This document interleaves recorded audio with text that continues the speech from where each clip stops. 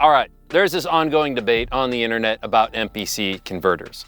For me personally, I've never really gotten into it because everything I do on the MPC is going to be mixed down, thrown in the computer, and then tweaked with 100 different plugins for the final mix. So I've never really thought much about it until Blackline Audio announced that they had a MPC conversion kit for $800, and the impulsive gear junkie inside of me was like, I absolutely need that. And then I spent about 5 minutes thinking about it and realized it's probably just a giant waste of money, because at the end of the day, I throw it all into Ableton and then tweak it and mix it down. So it doesn't really make sense. But then I started thinking, and I was like, well, what if I take something that I really wanted to get and that I planned on getting and running my MPC through that and seeing what sort of sonic characteristics I could get from that combination. So I've been eyeing up this right here, the WA-2MPX tube preamplifier.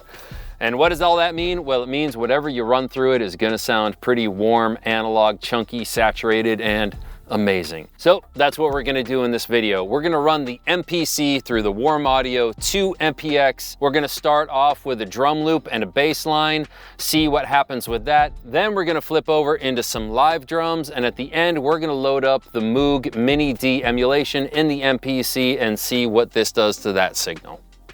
All right, so to start this off, let's first just record straight out of the MPC into Ableton so we have a baseline of what our beat sounds like coming out of the MPC converters.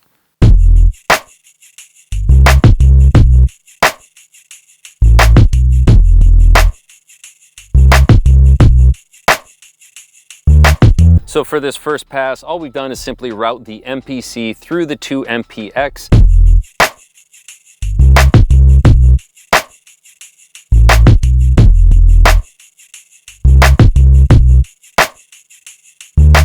For this next pass, we're gonna leave all the levels the exact same and simply switch the tone switch on both channels.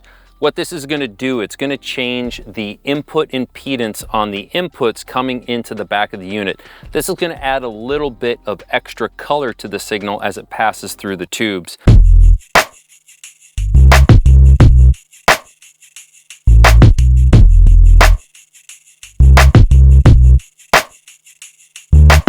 Now for this pass, we're going to deactivate the tone on each channel and bring in the tape saturation. Now the tape saturation is going to run the signal through the third tube that is on each one of the channels, but it is going to boost the gain quite a bit. So to compensate for that, we're actually going to turn each one down by about 2 of their markings here.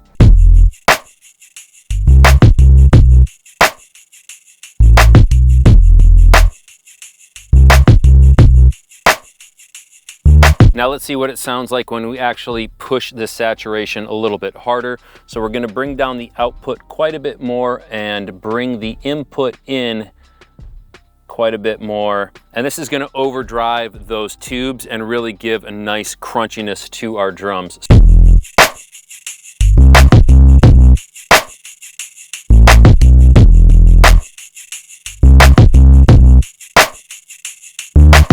And now for this final pass, we're going to combine the tone and the tape saturation to see how far we can push the 2MPX. Now we're not going to overdrive the input too much because I don't want just pure distortion. So I'm actually going to turn down the input on both of these right here back to about 5, and then to compensate for the drop in gain, I'm going to bring the output up 1 marking here. Let's track that in and see what it sounds like with both the tone and the tape saturation on each one of these channels.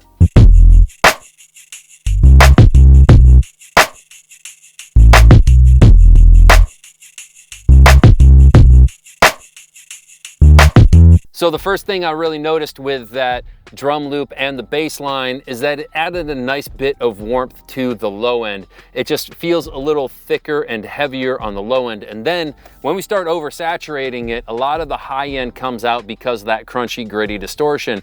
Now, for me, I love analog distortion, so I tend to overdo it quite a bit when I'm working with something like this where I have the ability to overdo it, but there's always a little bit of a pleasing warmth to analog saturation compared to digital saturation. And I find that that saturation and that distortion on the top end helps it cut through the mix a little bit more. I can always dial it back with an EQ after the fact, but I like that analog saturation added to the signal. If you have one of these, try running an 808 through it because damn, it sounds amazing. But now on to some live drum samples and let's see what this thing can do on those.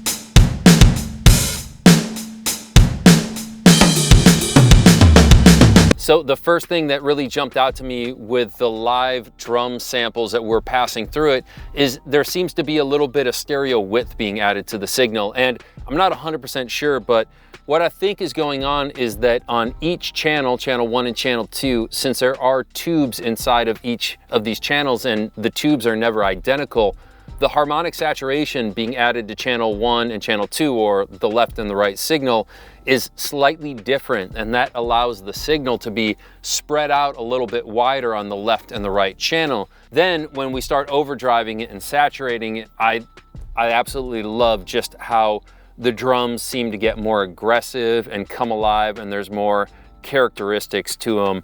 That for me is really what I love about this unit, is that tape saturation and overdriving it. Sometimes what I'll do is I'll have the dry signal in the session and then I'll just overdrive and clip the hell out of it with the WA-2MPX, and then I'll blend them together, almost like a parallel saturation going on there, but the saturation is just warm and it's gritty and it's not too digital, so it's pretty pleasing on the ears as well. And now for the final run through, we're gonna do the Moog Mini D out of the MPC direct and then pass it through all those different settings and see if we can add just a little bit of more analog realism to that signal when we're passing it through the 2MPX.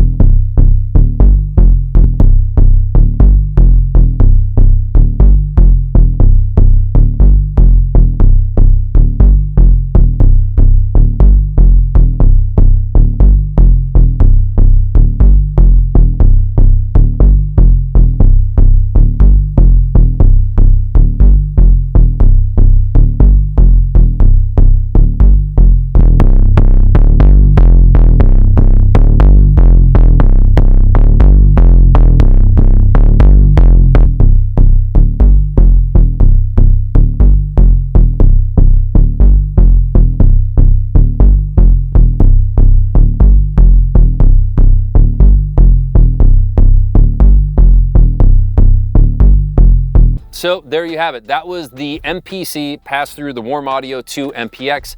Let me know in the comments below what you thought about it, or if you have any sort of analog gear in your studio that you're using to run your digital signals through, and what your favorite chains are in that kind of scenario. My name is Stu.